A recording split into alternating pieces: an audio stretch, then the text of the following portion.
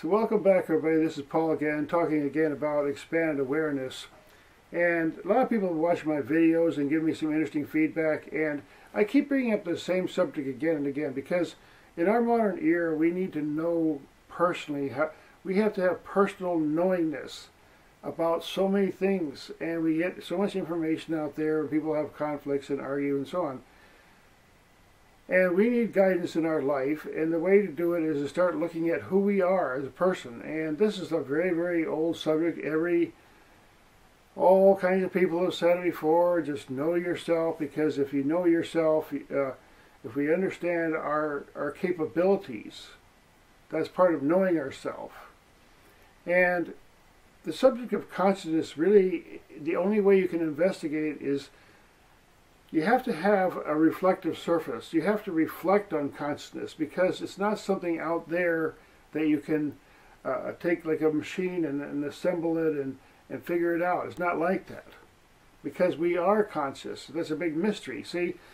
And a lot of the great sages in the past have said over and over again that ultimately, if you follow that question of consciousness, who am I, who am I, who am I, what is experiencing this life, you come to some extraordinary realizations that ultimately consciousness is a fluidity. Consciousness is at the root of ourselves. Now, that strikes a lot of people very strange when they hear that sometimes, because we go about our life and we think about ourselves as our senses, whatever we can touch.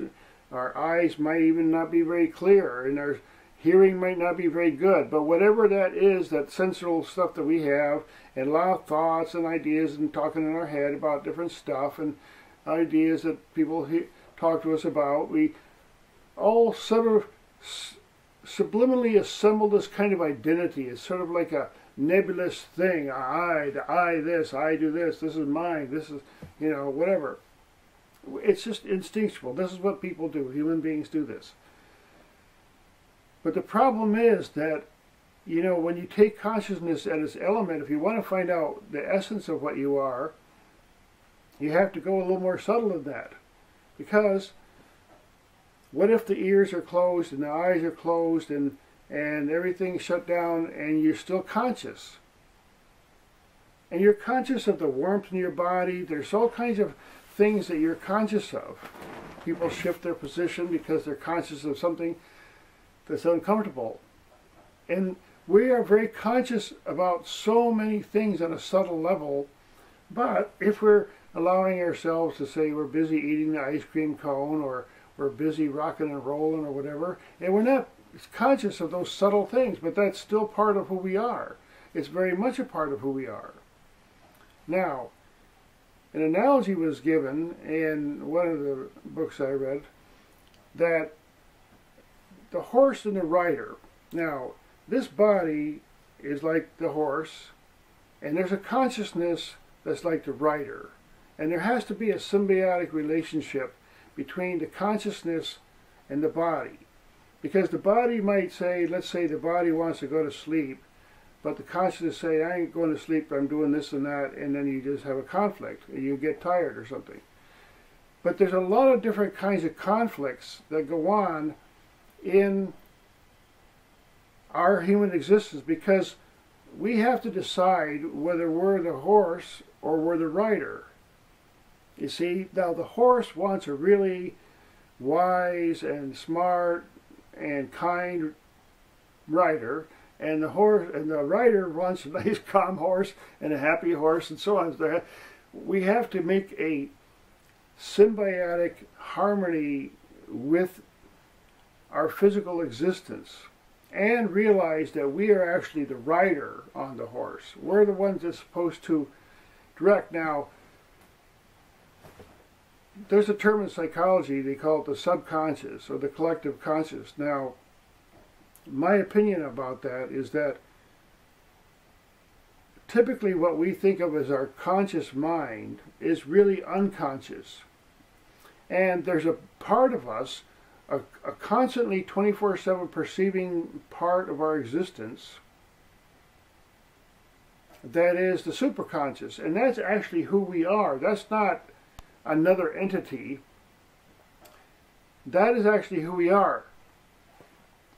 It's kind of like saying, okay, if you have a big, huge glove or something on your hand, you can't feel the things that you're touching very well. Same way, if your body is not very conscious, then that soul, that all-seeing soul that is who we are, isn't going to have much harmony with the body. You understand? So,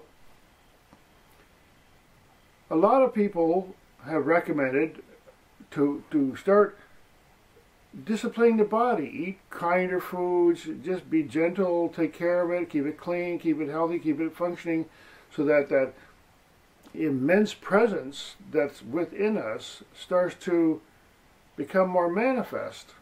And then there's that harmony that exists. Now,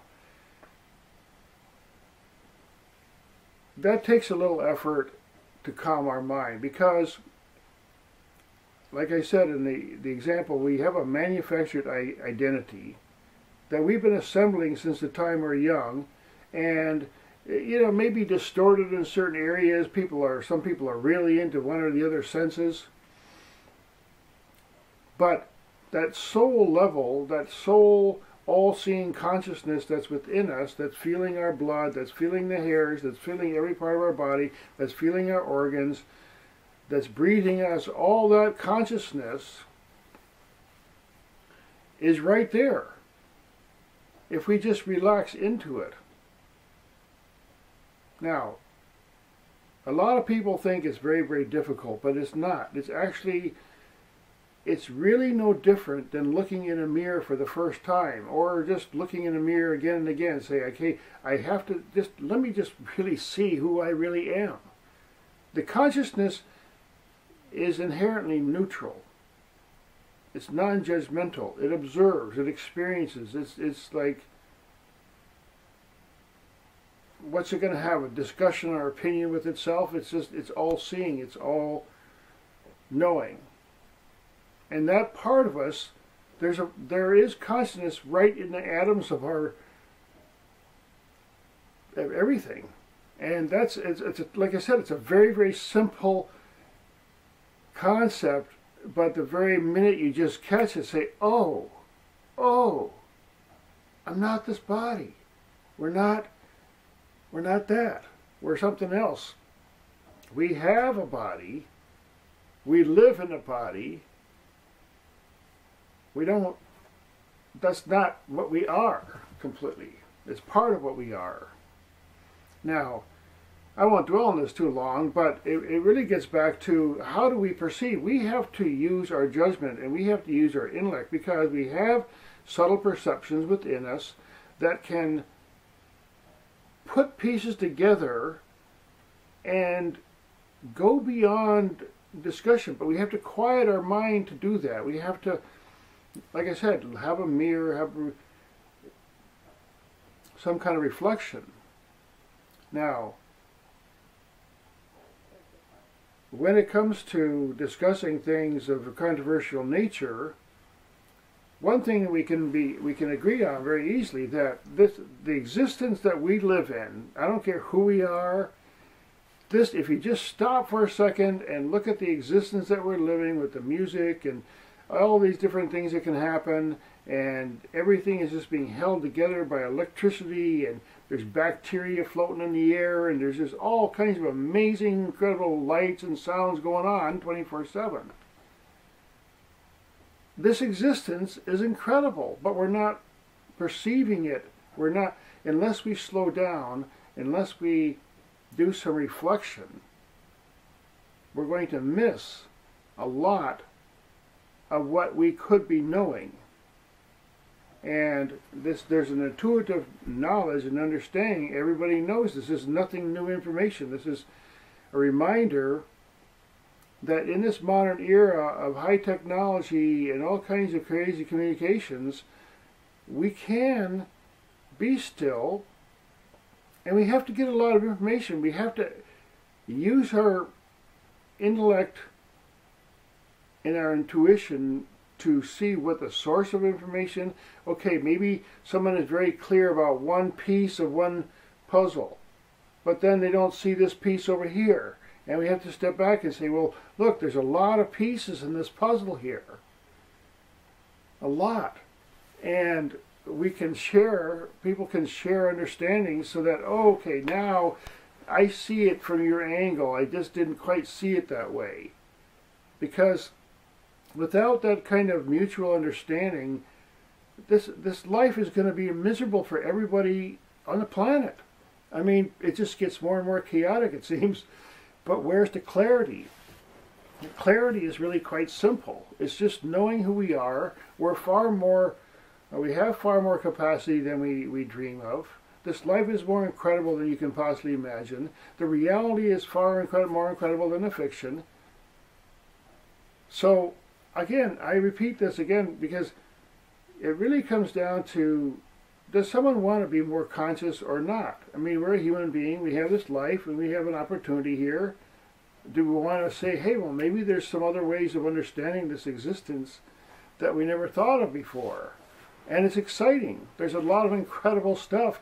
And I've been a student of mysteries for quite a long time. And a practice of meditation, as many people know, and I really find it just fascinating to go on and on and on in life. I'm 63 years old and still learning stuff, amazing stuff. So you never know what a day can bring, and I appreciate the feedback I've been getting, and I hope people retain their curiosity, because look, it's amazing. You know, there's a lot of stuff to get into by our own perception, not just by books and so on. But we have some books help sometimes. But anyway, so I have to make this short because of the YouTube limit. But thanks again for watching, and I'll see you in the next video.